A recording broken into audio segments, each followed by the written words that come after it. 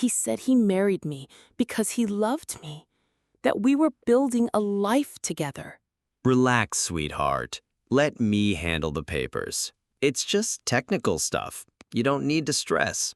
But then I heard him say on the phone, "She's halfway there. Once I get her signature, it's done." Look, it's not personal. Just business. She'll never even know. That night, I stared at our wedding photo and felt my entire future collapsing under lies. I whispered into the dark, if I could go back, I'd never let love blind me again. The next morning, I woke up 1 month before the wedding. Same ring, same smile, but this time, he had no idea I already knew. And this time, I'd let him marry the woman he thought I was, until the day I made him watch me sign everything away to someone else. Ethan used to trace circles on my wrists while saying, "You're the softest thing that's ever happened to me." At first, I believed him.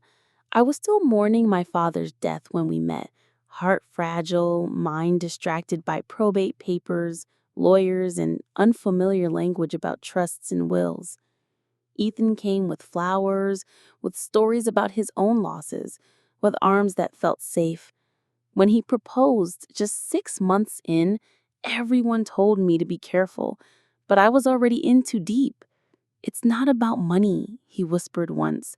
"I'd marry you if you were broke." I laughed. I believed him. Slowly, gently, he encouraged me to hand over things that felt too heavy. My father's financial advisor, the estate lawyer, the property manager. "Let me take care of it," he'd say. "You deserve peace." I didn't notice how many decisions I'd stopped making. Not until I walked past the study one night and heard him on the phone. His voice was calm, controlled. "She's halfway there. Once I get her signature on that last acid form, it's done." I stopped breathing. That's when I knew he hadn't married me for love.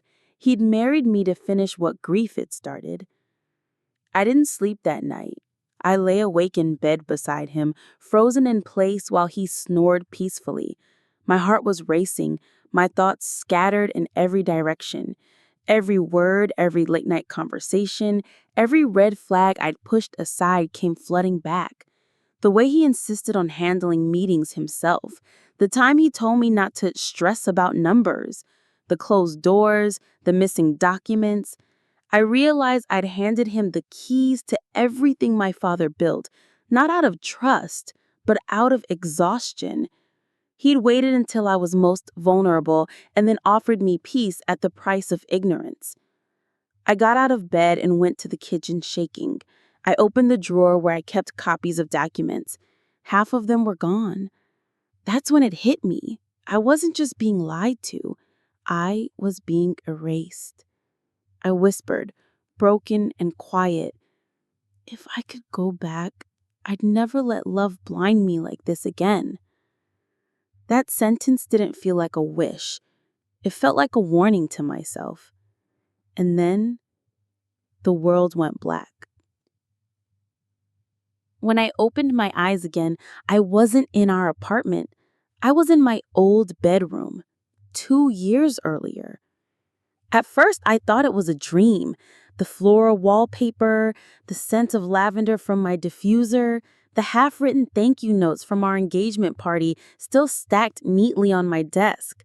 My calendar still showed the week before the wedding. My chest tightened. It wasn't a dream. It was a reset. My skin prickled with memory, painful, vivid memory. I knew exactly what was coming. The proposal, the quiet manipulation, the signature he needed. But this time I was armed with knowledge. I sat at my desk, hand trembling, and flipped through the files I'd stored weeks ago. Everything was still intact. My assets hadn't been moved yet. The account passwords were still mine. I exhaled, slowly, carefully, and smiled. Not from joy, but from clarity. If this was real, if I had truly been given a second chance, then I wasn't going to avoid the betrayal. I was going to let it unfold. Let him think he had me exactly where he wanted.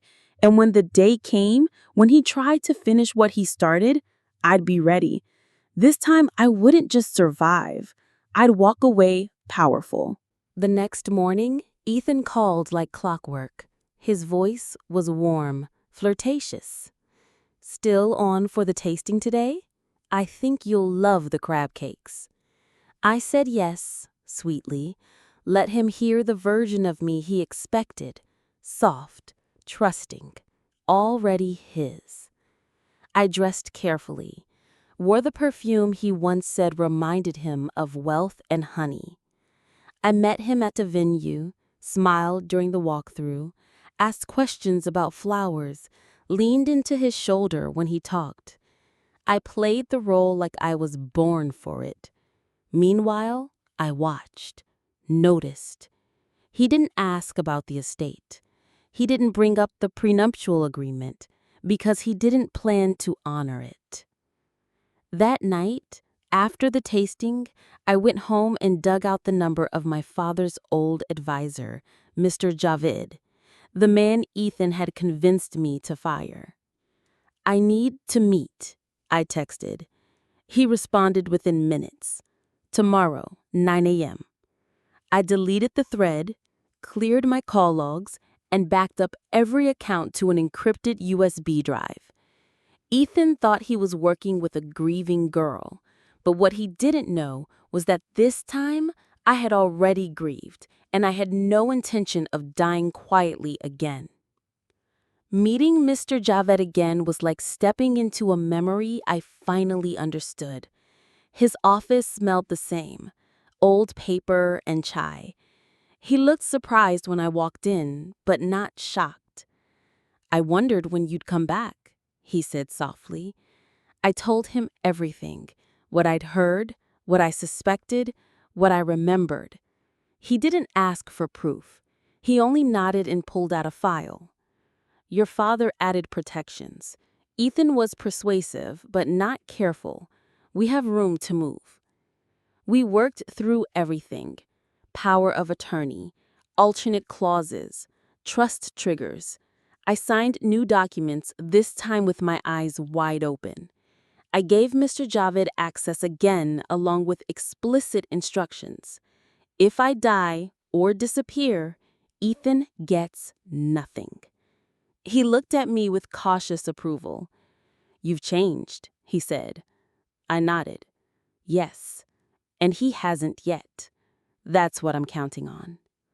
When I walked out of that office, I felt taller, lighter.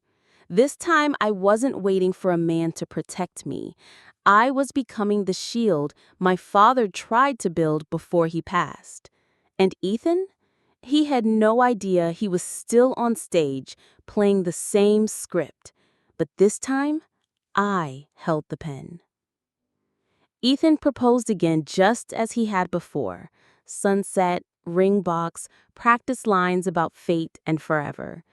And just like last time, I said yes with tears in my eyes. The difference was, this time, the tears were rehearsed. As he slid the ring on my finger, I thought about the lie he was telling himself, that he had me wrapped around his finger. But all I felt was calm. I watched him arrange the guest list, insist on full access to the wedding accounts, talk casually about honeymoon destinations, and merging our lives. I agreed to everything with conditions hidden in plain sight. The prenup he submitted was copied from last time, but I quietly substituted page 4, adding an irrevocable clause that secured my assets in a private holding trust. Ethan signed it without reading. You trust me, right? He asked. I smiled. Of course. That night, while he slept, I scanned the signed contract into my encrypted drive and texted Mr. Javed. He signed it. We're ready. The wedding was still weeks away, but the game was already over, and Ethan had already lost. The weeks leading up to the wedding felt like watching a play I had memorized. Ethan followed the same script, right down to the way he'd look at me and say, "You make everything easier." I let him believe I was still blind. I let him hold my hand during fittings, talk finances with fake openness, and introduce me to his friends like I was a prize he'd already claimed. What he didn't know was that I had built a firewall around every part of my legacy. The accounts were in trust, the titles had been quietly refiled, and the lawyer handling the estate was now fully back on my side.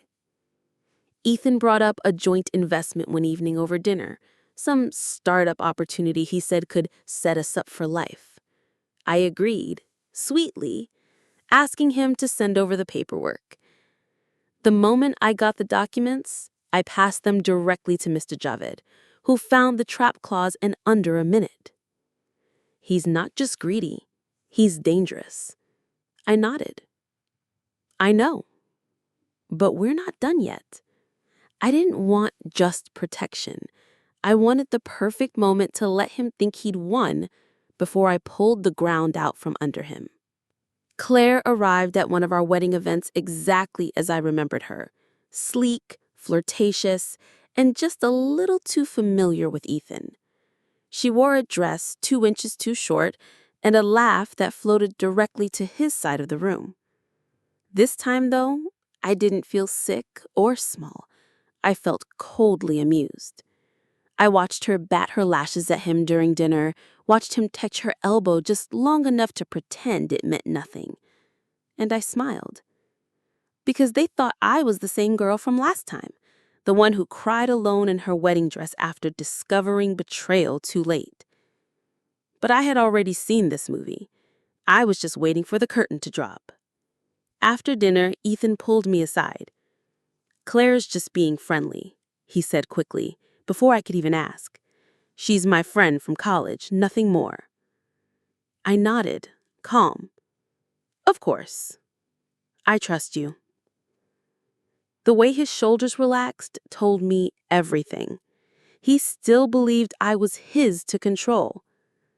That's the most dangerous kind of man, the one who thinks your silence means surrender. But my silence wasn't surrender.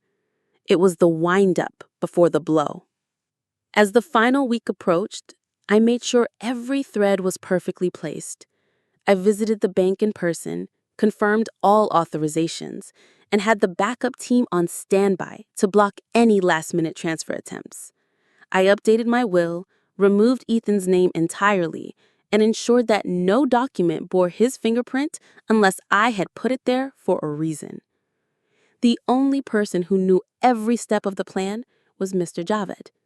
He said, "You're being precise during one of our final meetings. Surgical." I smiled. He was counting on me being emotional. I've decided to be effective instead. Ethan, meanwhile, grew more confident with each passing day. "This is the best decision I've ever made," he told me during our final venue walkthrough. "After we're married, everything will finally come together." I smiled, tucked my arm around his, and whispered, "I know. It's almost time." That night, I printed one final document, not a contract, a letter. Notarized, witnessed, and sealed. One he would never see coming until it was far too late. Because he didn't just underestimate my intelligence. He forgot that even grief can become strategy when it has time to heal. The night before the wedding, I sat alone in my room with my tea, reading through my father's last handwritten letter. He'd written it before his passing, but I hadn't been ready to read it until now. In it, he warned me. People will come into your life with soft voices and strong hands. Don't confuse kindness with intentions. I cried, but they weren't helpless tears. They were full of release. I had carried so much weight, trying to keep the peace, trying to believe Ethan loved me despite all the cracks. But that night, I stopped trying to convince myself. My job wasn't to save a man who saw me as a tool. My job was to protect what I had been trusted to carry. I folded the letter, kissed the paper, and placed it in the same envelope as the deed transfer I had prepared. It wasn't going to Ethan. It was going somewhere far better, to someone whose life could actually be changed for good. The next day, I would smile in every photo. I would walk down the aisle, and right after the vows, I would sign everything away, with him watching. The wedding day arrived without a cloud in the sky. Everything went according to plan. The soft music, the shimmering lights, Ethan's smug, perfect smile. He whispered before the ceremony, "After tonight, everything we worked for finally becomes ours." I smiled back. Exactly. The vows were beautiful. I meant mine. I always had. He read his with smooth conviction. All performance, no soul. Everyone clapped. The reception began, and just before the first dance, I slipped into the side room where the documents were waiting. The inheritance, the property, the assets, all in one folder. Ethan had assumed this was the final handover, but what he didn't know was that the beneficiary name had already been changed, not to him, but to the foundation my mother once dreamed of starting, a cause Ethan never even asked about. I signed the documents, handed them to the courier waiting in the hall, and returned to the dance floor just as Ethan reached for me. "Everything okay?" he asked, sensing nothing. I nodded. Perfect. Because for the first time in years, it was.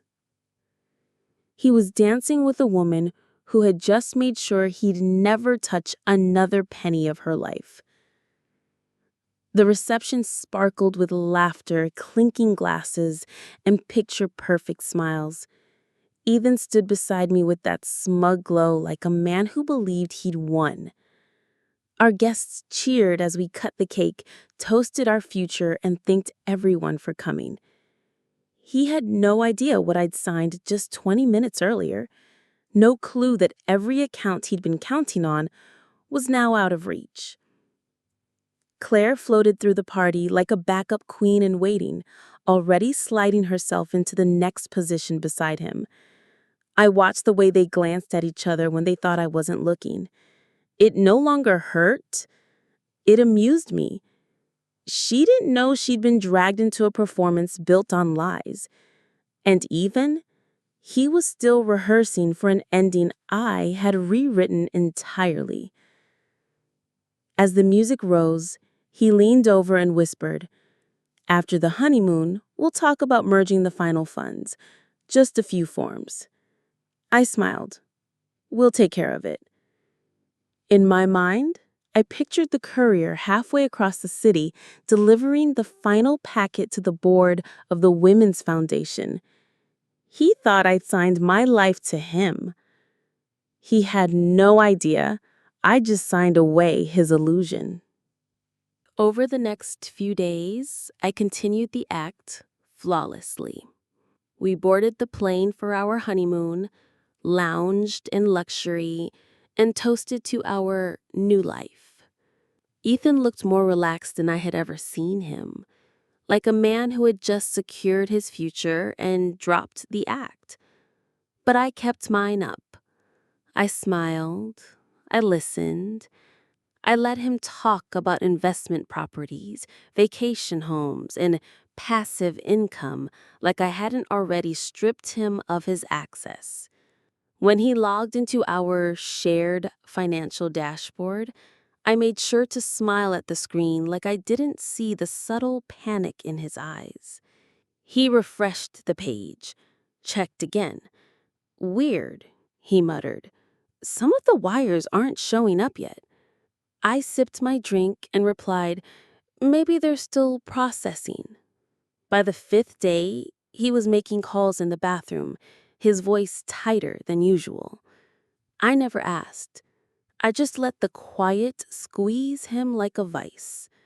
Because the thing about men like Ethan, they don't panic out loud.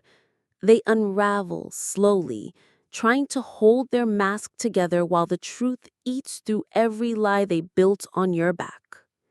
When we returned home, Ethan's mask had begun to crack. He was checking his phone constantly, pacing late at night, and suddenly too busy for the celebration dinners he once insisted on. Still, I kept smiling. I sent thank you notes, framed wedding photos, and began organizing the donation ceremony for the foundation publicly. It's such a strange time to making donations, he said one morning, carefully. Shouldn't we wait until everything's settled? I tilted my head. But it already is. I signed everything. His eyes searched my face, unsure whether I was naive or mocking him. Signed what? I pulled a file from the drawer and laid it on the table. Everything. While you were talking to Claire about how to move assets behind my back, I made other arrangements, legally airtight, completely untraceable to you. He went pale. I stood slowly. You thought you were marrying a blank check, but what you really married was your own downfall, with a diamond bow on top. The silence stretched between us like a final thread, and I didn't lift a finger to stop it from snapping. Ethan tried to recover his composure the way manipulators always do. First with denial, then with charm, and finally with rage. You can't just give it all away, he hissed. That's marital property now. I walked past him, unbothered. Not if I signed it over before the ceremony. And you signed the prenup with your eyes closed, remember? He scrambled for paperwork, emails, any evidence of control, and found nothing. Because every move I made had been silent and legal, all protected by advisors he didn't even know were back in play. This is theft, he snapped. You tricked me. I turned to him slowly. No, Ethan, you tricked yourself. I just let you think I didn't notice. His fists clenched, but he didn't speak. Not because he didn't have words, but because he had finally run out of angles. I had stopped being the woman he could confuse with smiles and soft promises. Now I was the one delivering hard truths in a silk robe, sipping my tea like I hadn't just ended his fantasy with one signature. That week, I went public. The Women's Foundation I'd funded held a press event announcing our largest ever endowment, established in my family's name. Cameras flashed. Reporters asked questions. My name trended online for days. A powerful story of legacy, loss, and reclaiming control, one headline read. Ethan, predictably, tried to fight back. Messy legal letters, whispered rumors, last-ditch attempts to discredit me, but he had no standing. He wasn't just locked out of the money, he was locked out of the narrative. I never mentioned his name once, never needed to. The silence did more damage than any accusation ever could. His business contacts quietly distanced themselves. His mistress, once smug and visible, disappeared from social media altogether. And me? I slept deeply. For the first time in years, I dreamed without fear. Because I hadn't just escaped a trap, I'd redesigned it, made him walk into it, and then locked the gate behind him without ever raising my voice. 3 days after the press event, Ethan showed up at my office without an appointment. He wasn't allowed past the lobby. My assistant called and said, "There's a man downstairs. He says he's your husband." I didn't flinch. "Tell him I'm in a meeting." I wasn't. I was just sipping coffee and reviewing our next foundation initiative. 5 minutes later, she buzzed again. "He's still waiting. Do you want me to call security?" I smiled. "No. Let him wait." He stayed 2 hours before finally storming out. That was the first time I realized he wasn't furious because he'd lost money. He was furious because he couldn't control the woman he thought he owned. I let him sit with that silence. I let him walk away, believing there might be more power plays ahead. But there weren't. I'd already stripped him of every handle he once used to twist my loyalty. And as for his rage, that was his to carry now. Mine had been folded into strategy and sealed into every document with a signature he didn't see coming. He thought I was still soft, but softness isn't weakness. Sometimes it's velvet over steel, and he had finally cut his hand on it. He emailed me that night. The subject line was blank. The body just said, "You really did it." I stared at it, expressionless, and archived it without a reply. There was nothing left to say. He had married me thinking he could write my future, but I had taken the pen, crossed out his name, and signed a new ending. Quietly. Completely. Cleanly. That weekend, I took a trip. Alone.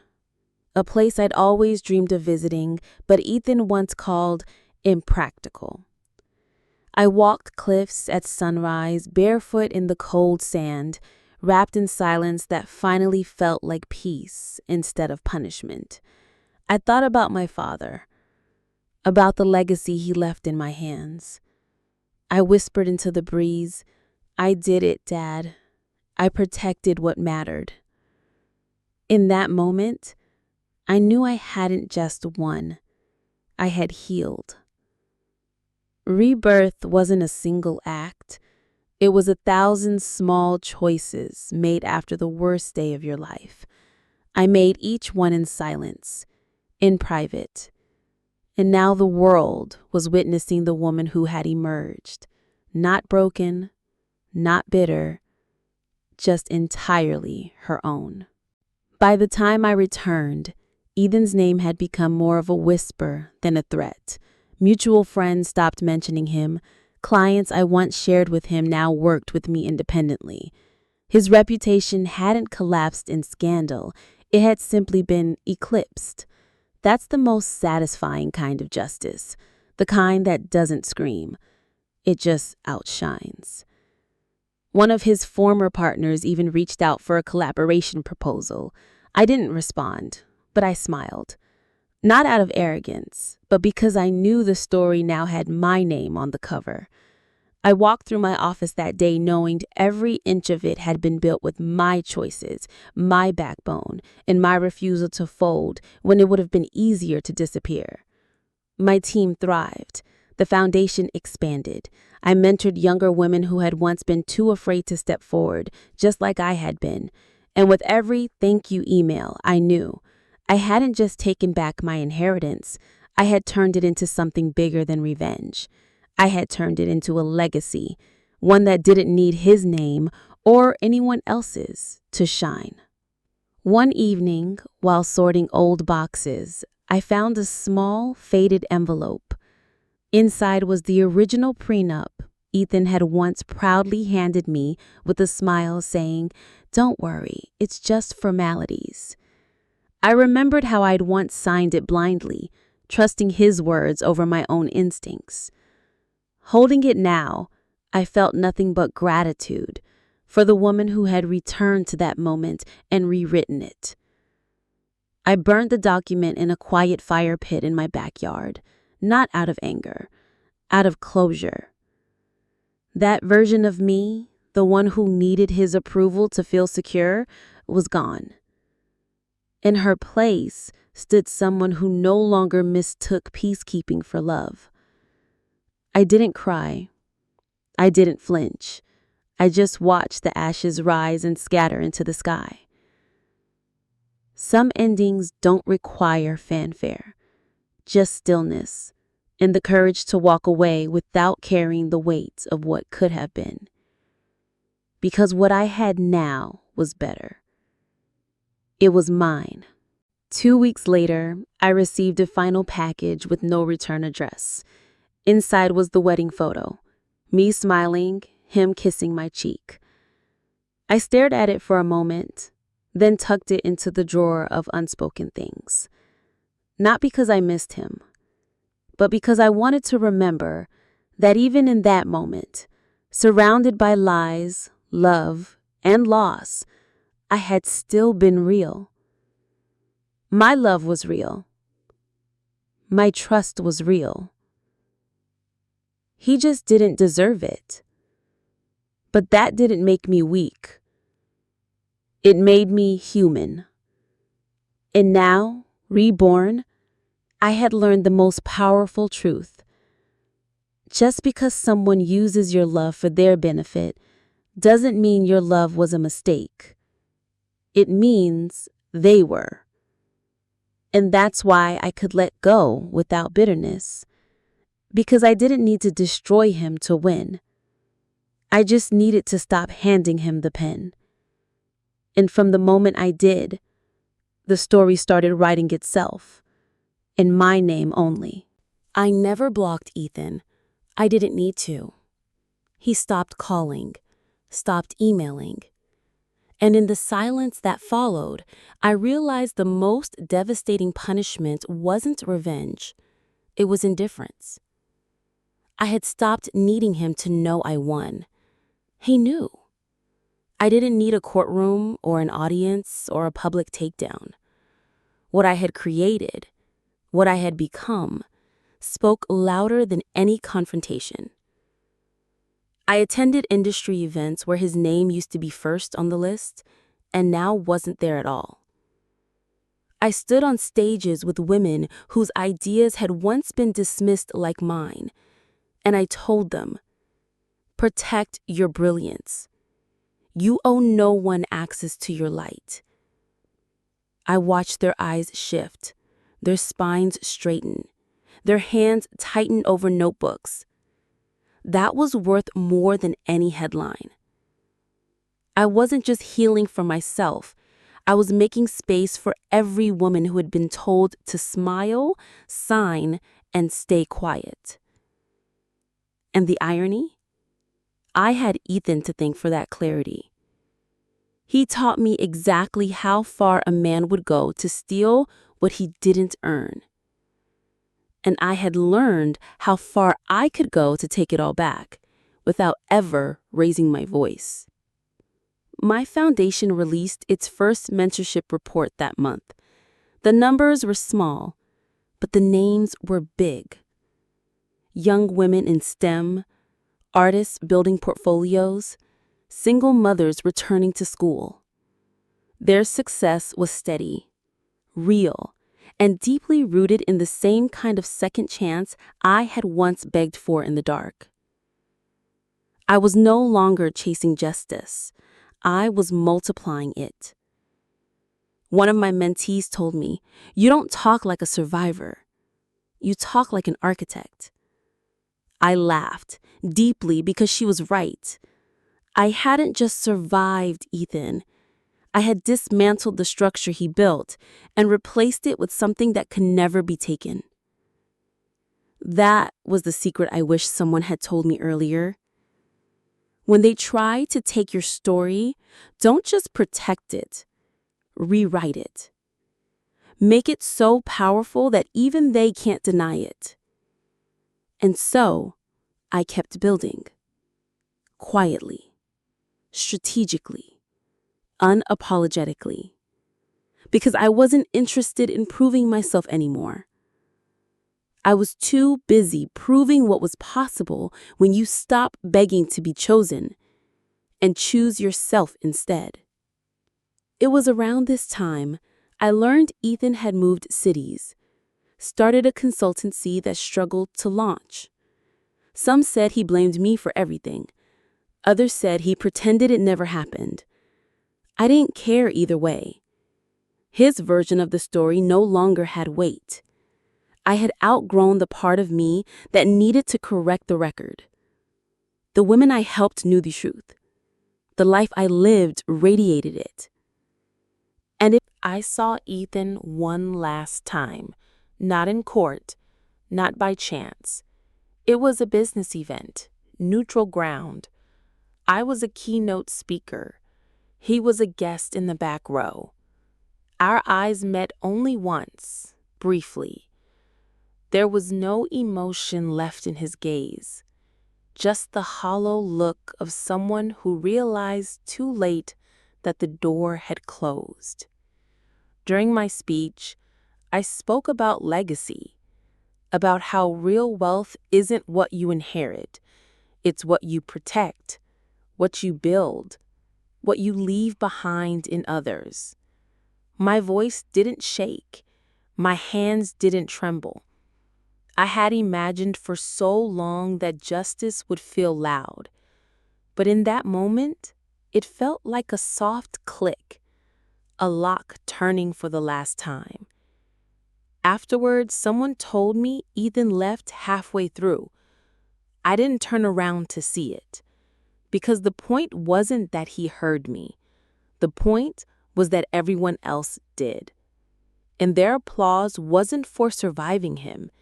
It was for outgrowing the very world he once convinced me I couldn't live without. I stepped off that stage with no weight on my shoulders, just fire in my chest and a name no one would ever try to steal again. I woke up the next morning to sunlight, birdsong, and not a single knot in my chest.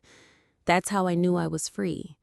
Not because I'd destroyed him, but because I no longer felt haunted by proving anything to him. I made tea, watered the plant he once called too much trouble, and sat down to draft the next phase of our mentorship program. This wasn't revenge. This was reinvestment, the kind that multiplies, the kind that lasts. I didn't need to mention his betrayal to validate my rise. My presence, my peace, my platform did all the talking. Even now, if someone were to ask what happened between us, I'd simply smile and say, he tried to write my ending. I rewrote the entire story. That's the legacy I chose. Not rage, not resentment, but redirection. Because the best comeback isn't a scream. It's a signature. Neat, quiet, final. The foundation continued to grow, expanding across cities, then countries. We created fellowships, grants, scholarships. But my favorite initiative, the one where women sat across from lawyers, advisors, and planners with calm, unshakable confidence.